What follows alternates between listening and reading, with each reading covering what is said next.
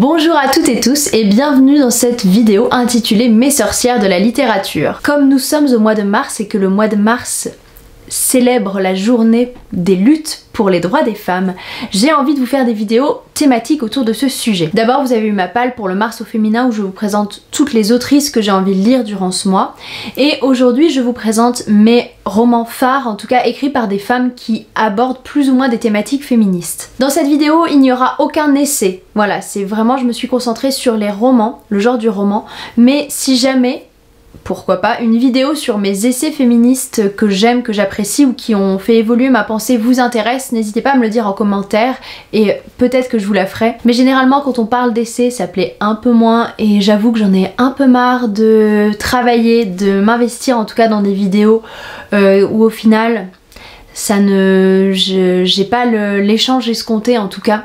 Plus qu'en termes de vues, j'ai pas l'échange escompté et on en parlera bientôt, mais ça me fatigue un petit peu dernièrement YouTube. On va dire que depuis janvier, ça me fatigue un petit peu la manière dont ça fonctionne Booktube. Dans cette vidéo, je vais vous présenter 7 romans écrits par des autrices et ayant pour protagonistes des femmes.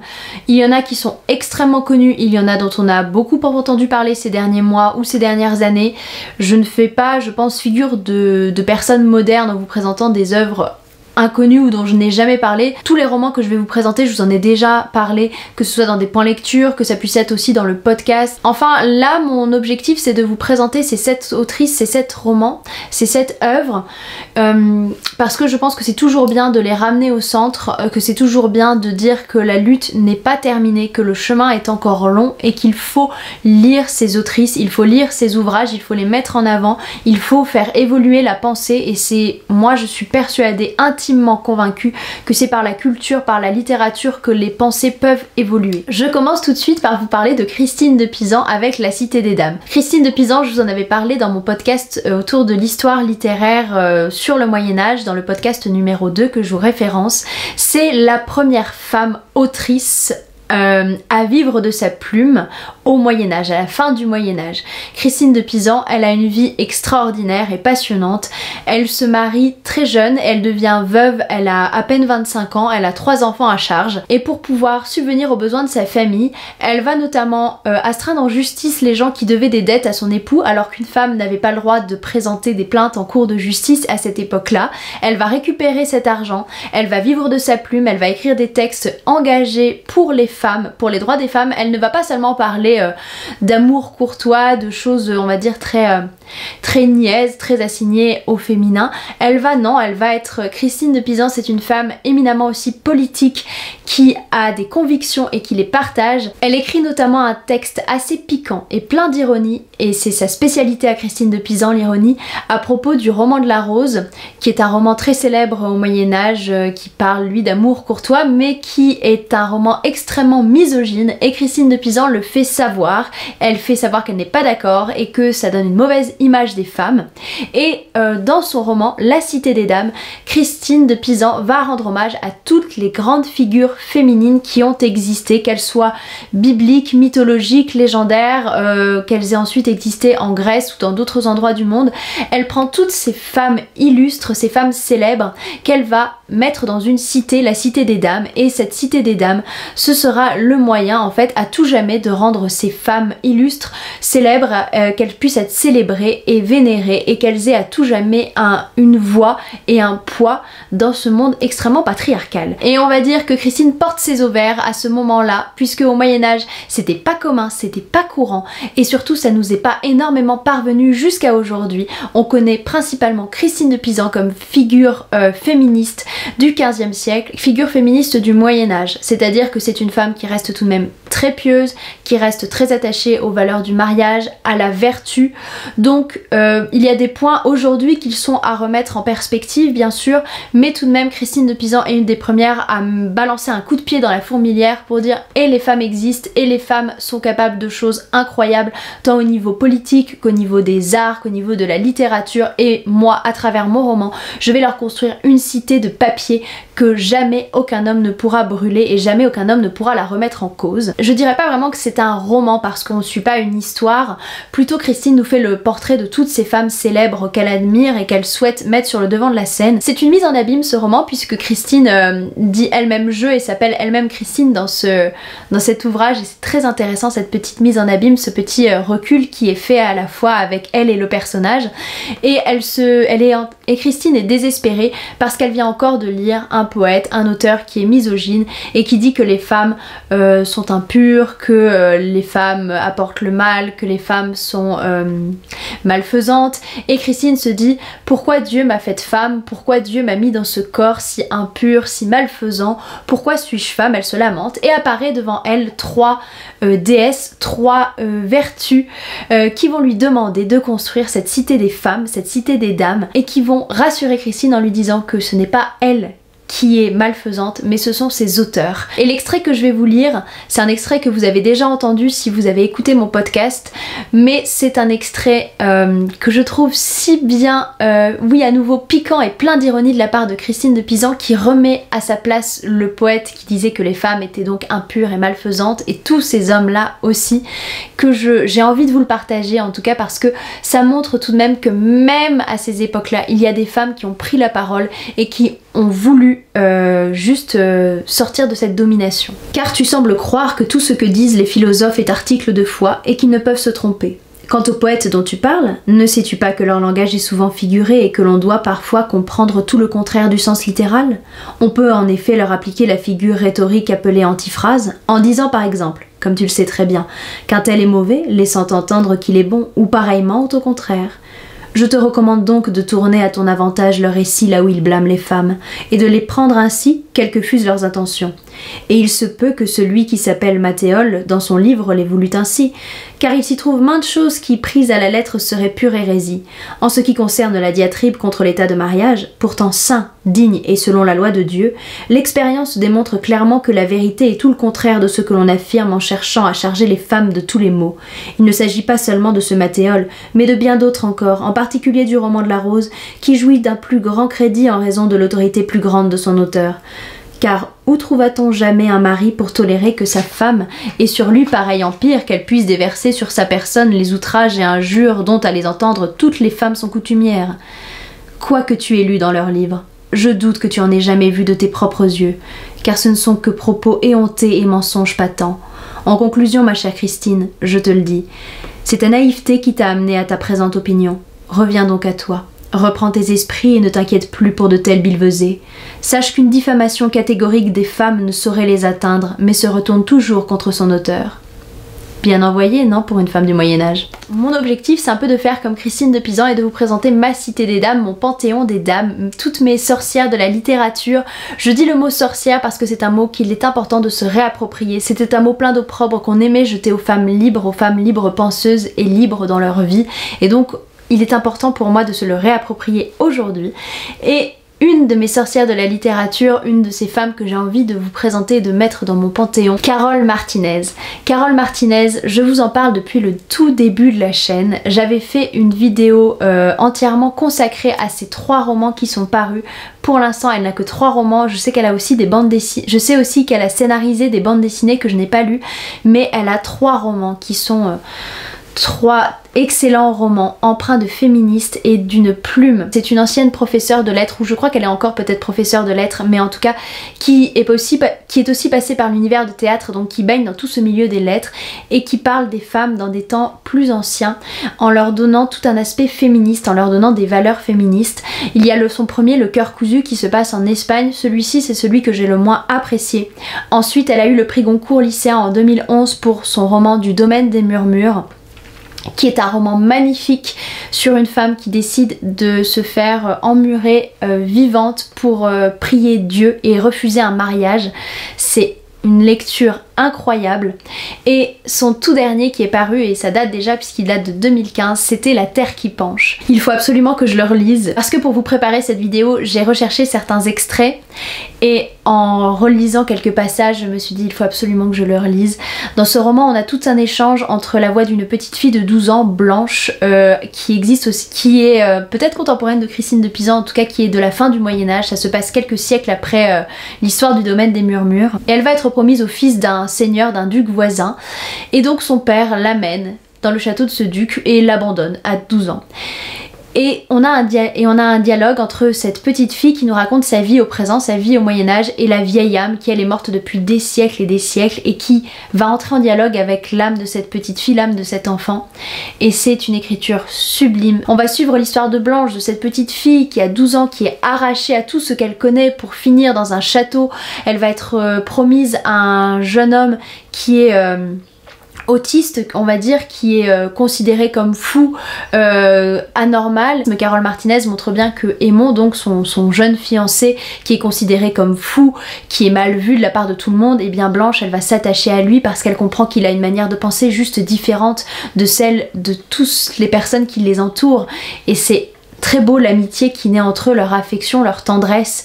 C'est un roman extraordinaire, La Terre qui penche. Et Carole Martinez aborde dans ce roman tout ce que c'était que d'être une petite fille au Moyen-Âge. Donc une petite fille qui peut être la proie en fait d'hommes beaucoup plus âgés, d'hommes sales, d'hommes pédophiles. J'emploie le mot, j'emploie le terme. Il y a une scène extraordinairement glauque et poignante et terrifiante qui se passe dans les bois, où en plus Carole Martinez compare toujours ces hommes-là aux ogres de contes de fées, et c'est tellement malin et c'est tellement justifié comme figure. C'est très beau, c'est très poignant. On a aussi la figure de la sorcière qui est ramenée à un moment et à nouveau de manière bienfaisante ou de manière bienfaitrice. Mais on va dire que Blanche, dans son malheur, elle va avoir une chance, c'est que comme son futur époux est incapable de devenir un lettré et de devenir un seigneur dominant, elle va être instruite. On va lui donner un précepteur et elle va avoir les mêmes leçons qu'Aymon. Aymon lui est incapable de les suivre, mais elle en fait sa force. Elle décide qu'elle saura écrire, qu'elle va savoir lire et qu'elle va devenir une femme forte et qu'elle va pouvoir juste régner sur son domaine. Et ça, c'est incroyable et c'est fort parce qu'on a une petite fille de 12 ans qui au départ tente de broder des lettres sur un mouchoir, les lettres de son prénom, et qui veut apprendre à lire et à écrire parce qu'elle comprend que la force c'est l'écriture, c'est la lecture, que c'est ce qui reste, que c'est ce qui fait des gens forts et puissants, et elle veut devenir forte et puissante. Son père lui refuse, c'est empouvoirant au possible, et c'est un de ces tout petits moments que j'ai eu envie de vous lire, de vous présenter pour vous donner envie de découvrir La Terre qui penche de Carole Martinez. Moi j'ai tant d'appétit pour les lettres et les mots que rien ne sert de me les badigeonner de miel. L'alphabet s'est fixé dans ma tête en 7 jours. C'est 7 jours qu'il a fallu à Dieu pour créer le monde. À mes yeux, les lettres sont de sucre et d'or. Elles ont la couleur dorée des cheveux démons. Elles sont ma liberté à venir. Elles feront de moi ma maîtresse. Et bientôt je pourrai broder Blanche. B-L-A-N-C-H-E. Au fil rouge sur ma petite chemise, signer, réparer, écrire, et mon nom ne sera plus seulement prononcé par la voix forte de mon père, mon nom sera inscrit par ma main sur des parchemins où je reposerai éternellement. J'ai compris que je dirigerai un jour le domaine où nous sommes, que j'en serai la maîtresse à la place d'Aymon, qui jamais ne saura ni lire, ni écrire, et se contentera de courir la campagne. C'est pour cela que l'on m'a fait venir si tôt, pour m'instruire avant que je devienne sa femme. Et finalement, bien qu'il soit tellement sot, je le préfère au diable à gilet filou. Un roman dont je vous ai déjà parlé au moins 2 fois sur la chaîne, c'est Un bûcher sous la neige de Suzanne Fletcher, que j'ai lu en février l'année dernière, qui a été un coup de cœur, que je vous ai présenté dans mon bilan lecture de 2019, dans mes lectures favorites. On va suivre Cora, qui est une jeune femme décrétée sorcière, qui est une guérisseuse en fait, une fille qui a été élevée par sa mère. Sa mère était une femme libre qui avait des amants, des relations d'une nuit, d'un soir. Et elle va élever Corac dans la foi de la nature. Le passage que je vous lirai parle de cette foi en la nature, du fait que les femmes qui étaient dites sorcières, elles avaient avant tout un instinct lié à la nature et elles étaient connectées au plus profond d'elles-mêmes, au pouvoir des plantes, au pouvoir des cycles, au pouvoir juste de la nature. Qu'on est aujourd'hui dans un monde où on oppose la science à la nature, on nous dit que c'est la science qui va nous sauver et on revient un petit peu à cela en nous disant qu'il y a déjà tout dans la nature, et que la science, à force d'avoir avancé, d'être allée plus loin, elle commence à dépasser la nature et que la nature commence un petit peu à dépérir à cause de la science, à cause de l'homme, à cause de son ego, de sa surpuissance qu'il se souhaite par rapport aux autres espèces. Et dans Un bûcher sous la neige, Corac, cette jeune femme, va un jour être arrêtée. On est en Écosse, on est en plein dans un moment où l'Écosse et l'Angleterre s'affrontent. Elle est anglaise et elle a fui en Écosse. Et elle va être arrêtée par les Anglais. D'un côté pour la politique, pour savoir qui sont les Écossais qu'elle a défendus, et aussi parce qu'elle est sorcière, parce qu'elle est libre, parce qu'elle a vécu libre dans sa chaumière, qu'elle a soigné des gens. Et un prêtre va venir la confesser avant qu'elle n'aille sur le bûcher, et c'est tout le récit de sa vie qu'elle va faire à ce prêtre qui va finir par petit à petit changer d'avis et voir cette femme autrement que juste comme une sorcière et comme un être puni et punissable par Dieu et fricotant avec le mal. Et c'est en ça que ce roman est un roman très fort et très poignant. Quand même, il y avait de la magie dans cet endroit, je vous assure. Je la sentais partout. Je la sentais dans les moindres choses que je voyais. Un caillou qui bougeait sous mon talon, les gouttes de pluie. J'avais le temps à présent. Jusque-là, le temps m'avait paru aussi fragile et passager qu'une toile d'araignée chassée par le vent. Ma deuxième vie avait été « va, va !» Et quand avais-je le temps de me coucher à plat ventre pour regarder un escargot ramper sur un rocher laissant sa trace pâle? Jamais. J'étais trop pressée de fuir. Je galopais à travers la boue et les terres sauvages emportée par ma jument qui s'ébrouait, et les moments de répit je les passais avec elle à retirer les orties accrochées à sa queue. Pas de temps pour les escargots, ni pour des heures sous la pluie à voir le creux d'une feuille devenir un lac minuscule. Je détestais le mot sorcière, et je ne l'aime pas davantage maintenant. Mais si j'ai pu mériter qu'on m'appelle ainsi, c'est à ces moments-là. Mes cheveux volaient au vent tandis que je me dressais sur les crêtes, et je hantais les bois où les champignons poussaient. Je contemplais les nuages, guettais les cerfs et passais de longues heures, des après-midi entiers, près de la cascade où je m'étais baignée, à regarder les feuilles d'automne tomber à s'en aller vers la mer. Elles rebondissaient, tourbillonnaient. Un jour j'ai dit magie. Dans la ravine qui menait à mon vallon, je me suis arrêtée. Le vent agitait les bouleaux et il me semblait les entendre parler. S'ils parlaient, ils disaient magie, une magie, ici. Je la trouvais partout. Je grimpais jusqu'aux crêtes où je restais assise pendant des heures à regarder comme une reine regarderait son royaume et se dirait « C'est bien, tout était bien ». J'ai appris de cette manière quelle forme avait le glen, combien il était long et étroit et entouré de montagnes. À l'ouest, je voyais luire la mer en tirant sur mes yeux. J'ai aussi appris quelle était la couleur des pentes. Le brun roux des vieilles fougères, les feuilles se teignaient de cuivre. Je passais comme ça des heures et des heures assise sur les crêtes. Si je vous présente un bûcher sous la neige, indubitablement, je vous présente moi Tituba, sorcière noire de Salem de Maryse Condé. Je ne vais pas revenir dessus. Tituba, vous en avez entendu parler partout. Il y a un podcast entier de la poudre qui lui est dédié, tout un épisode. Tituba a été très mise en lumière ces derniers mois, cette dernière année. Donc juste pour résumer, Maryse Condé va donner la parole à Tituba, qui était une esclave qui a été condamnée pour sorcellerie dans les procès des sorcières de Salem. Mais on n'a aucune trace de Tituba, on ne sait pas qui elle était, on ne sait pas ce qu'elle est devenue. Et Maryse Condé va offrir à Tituba une biographie qui la réhabilite. Et à nouveau, on parle de magie de la nature, on parle du lien extrêmement fort entre les femmes et la terre, on parle d'afroféminisme un petit peu, je trouve. Je ne m'y connais pas encore assez sur le sujet, mais c'est un petit bout, c'est une porte d'entrée pour moi. Et au moment des procès de Salem, Tituba est enfermée avec une autre femme qui est aussi condamnée pour sorcellerie, mais je crois pas qu'elle vienne de Salem, je ne me souviens plus, et elles vont échanger toutes les deux. Et elles vont échanger sur le fait qu'une femme blanche a plus de poids qu'une femme noire, mais que, en tout cas en tant que femme, elles ont moins de droits et moins la parole que les hommes, qu'ils soient blancs ou noirs. Et c'est ce petit moment-là que j'ai eu envie de vous lire et de vous faire découvrir dans Moi Tituba sorcière. Ah, je me vengerai de Sarah Good et Sarah Osborne qui m'ont gratuitement dénoncée. Elle éclata de rire. Ça oui, elles sont bien trop laides pour vivre de toute façon. Allons, recommençons la leçon. Comment est Satan? N'oublie pas qu'il a plus d'un déguisement dans son sac. Voilà pourquoi depuis le temps qu'il lui court après, les hommes ne l'ont pas encore attrapé. Parfois c'est un homme tout noir. Là je l'interrompis avec inquiétude. Si je dis cela, ne va-t-on pas songer à jeune indien? Elle eut un haussement d'épaules irrité, car elle s'irritait facilement, Esther. Laisse-moi la paix avec ton triste cire, il ne vaut pas mieux que le vien. Est-ce qu'il ne devrait pas être là à partager ton angoisse? Blanc ou noir, la vie sert trop bien les hommes. J'évitais de parler à Esther de John Indien, car je savais trop ce qu'elle m'en dirait et n'envisageais pas de le supporter. Cependant, au fond de moi-même, quelque chose me soufflait qu'elle disait vrai. La couleur de la peau de John Indien ne lui avait pas causé la moitié des déboires que la mienne m'avait causés, et une rancœur peut-être injuste naissait en moi. Quand nous ne répétions pas ma déposition, Esther et moi parlions de nous-mêmes. Oh, que je l'aimais l'entendre parler. Je voudrais écrire un livre, mais hélas, les femmes n'écrivent pas. Ce sont seulement les hommes qui nous assomment de leur prose. Je fais une exception pour certains poètes. As-tu lu Milton, Tituba? J'oubliais, tu ne sais pas lire. Paradise Lost, Tituba, merveille des merveilles. Oui, je voudrais écrire un livre où j'exposerais le modèle d'une société gouvernée, administrée par les femmes. Nous donnerions notre nom à nos enfants, nous les élèverions seuls. Je l'interrompais moqueusement. Nous ne pourrions pas les faire seuls tout de même. Elle s'attristait. Hélas non, il faudrait que ces brutes abhorrées participent l'espace d'un moment. Je la taquinais. Un moment pas trop court. J'aime bien prendre mon temps. Elle finissait par rire et m'attirer contre elle. Tu aimes trop l'amour, Tituba. Je ne ferai jamais de toi une féministe. Une féministe? Qu'est-ce que c'est que cela? Elle me serrait dans ses bras et me couvrait de baisers. Tais-toi.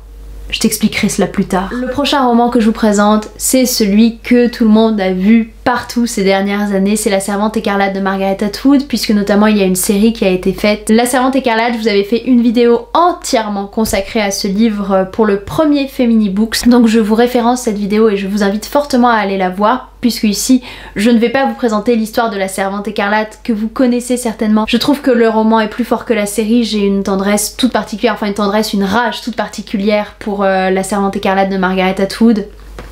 Lisez-le, c'est un classique du féminisme. Ce qui était incroyable, c'est que c'était une dystopie dans les années 80 et qu'en 2020, c'est un roman d'anticipation avec tout ce qui se passe, avec le droit à l'avortement qui est de plus en plus remis en cause. Voilà.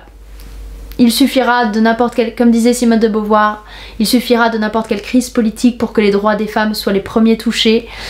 Et on est en plein dedans en ce moment. Coucou les Césars. Alors attention, trigger warning, le passage que je vais vous lire c'est le passage de la cérémonie, c'est donc le passage d'un viol orchestré, donc si pour vous c'est trop dur, allez au prochain ouvrage. La cérémonie se déroule comme d'habitude. Je suis couchée sur le dos entièrement vêtue, sauf l'hygiénique petite culotte en coton blanc.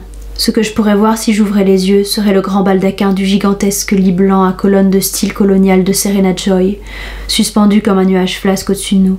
Un nuage brodé de minuscules gouttes de pluie argentées qui, à les regarder de près, se révèlent être des fleurs à 4 pétales. Je ne verrai pas le tapis qui est blanc, ni les rideaux à ramages, ni la coiffeuse juponnée avec sa parure brosse et miroir à dos d'argent. Seulement le baldaquin qui réussit à évoquer à la fois, par l'inconsistance de son tissu et la lourdeur de sa panse pendante, aussi bien l'éther que la matière.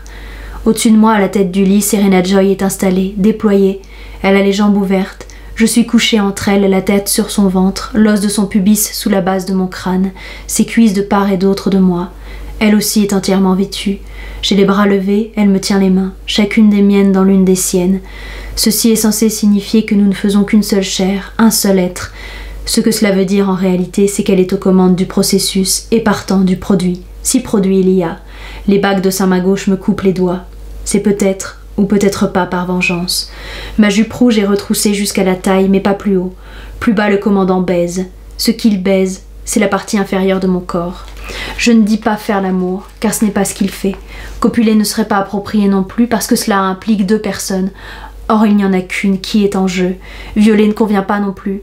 Il ne se passe rien ici à quoi je ne me sois engagée. Il n'y avait pas beaucoup de choix, mais il y en avait quelques-uns, et j'ai choisi celui-ci. Je passe maintenant à Circé de Madeline Miller, que j'ai lu cet été, qui est le récit de la nymphe Circé, de la sorcière Circé qu'on connaît principalement pour son chapitre qui lui est dédié dans l'Odyssée d'Homère, où Circé change les marins, les hommes en pourceaux. Et là, Madeline Miller, un petit peu comme Marie Scondé avec Tituba, décide de redonner à Circé ses lettres de noblesse et de lui offrir une biographie et de lui offrir sa propre histoire, sa propre odyssée.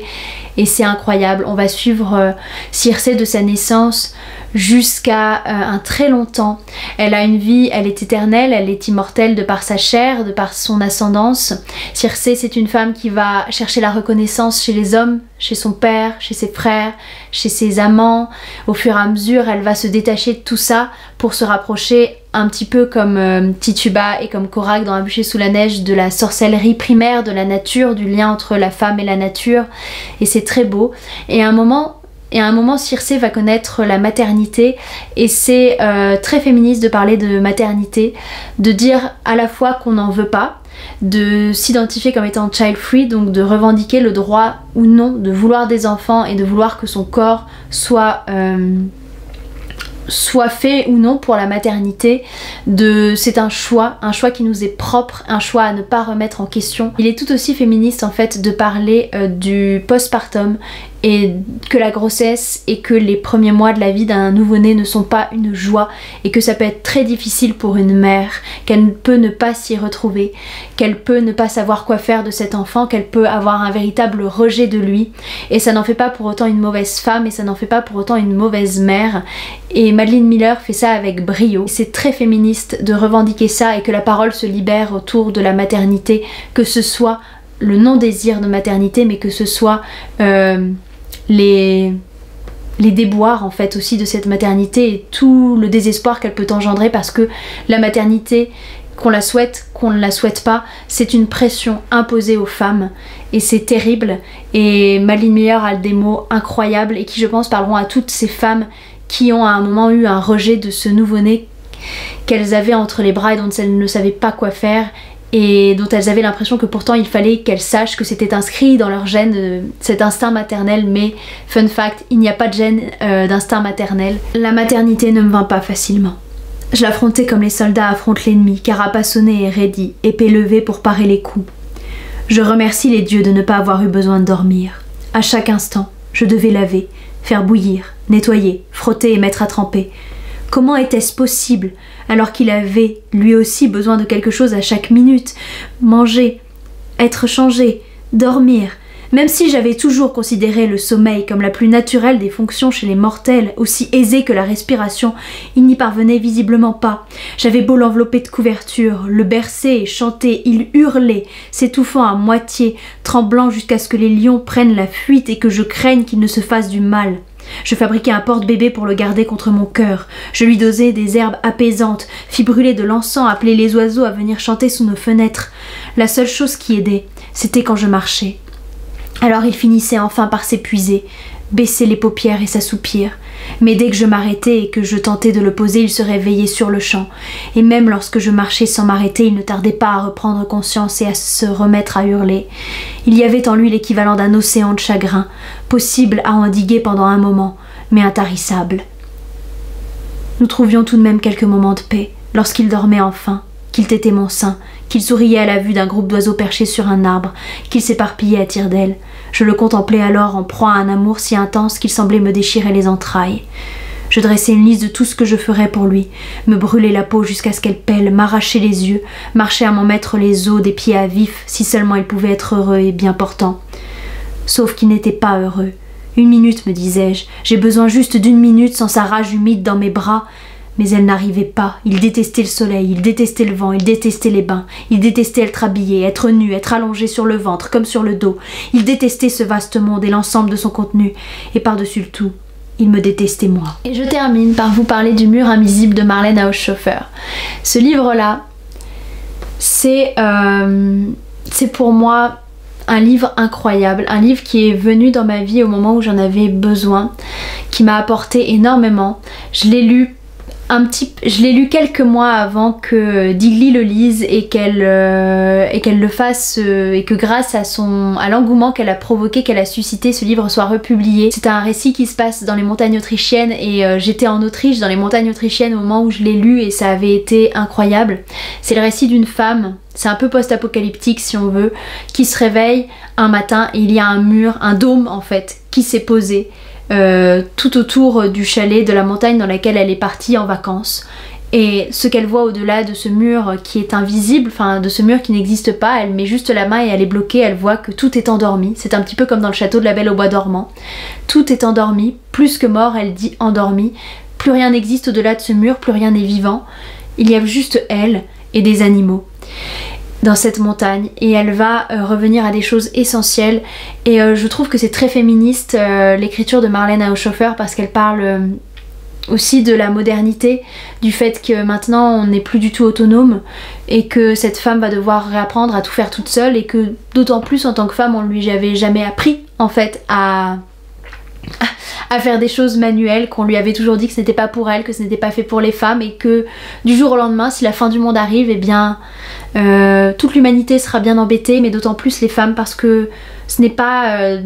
on ne nous apprend pas en fait à nous servir de nos mains pour fabriquer des choses, pour battre du beurre, enfin on ne nous apprend pas à être en lien avec la nature, à être autonome et d'autant plus aux femmes, on ne nous l'apprend pas dans ce monde et ce livre donne envie en fait de se réapproprier des gestes qui étaient très simples pour nos ancêtres, mais pas de manière avilissante, pas en faisant des tâches domestiques réservées aux femmes, mais juste en faisant des choses qui nous rallient à la nature. J'ai une forte aversion contre les rêveries et je sens qu'en moi l'espérance est morte. Je n'en ai pas peur.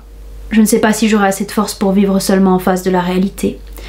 Souvent j'essaie de me traiter comme un robot, fais ceci et va là-bas et n'oublie pas de faire cela, mais je n'y parviens qu'un court instant. Je suis un mauvais robot. Je reste un être humain qui pense et qui sent et je ne pourrais pas perdre l'habitude de le faire. C'est pourquoi je suis assise ici et écris tout ce qui s'est passé sans me soucier de savoir si les souris mangeront ou non ces pages. Ce qui importe, c'est d'écrire, et puisqu'il n'y a plus de conversation possible, je dois m'efforcer de continuer ce monologue sans fin. Ce sera le seul récit que je laisserai.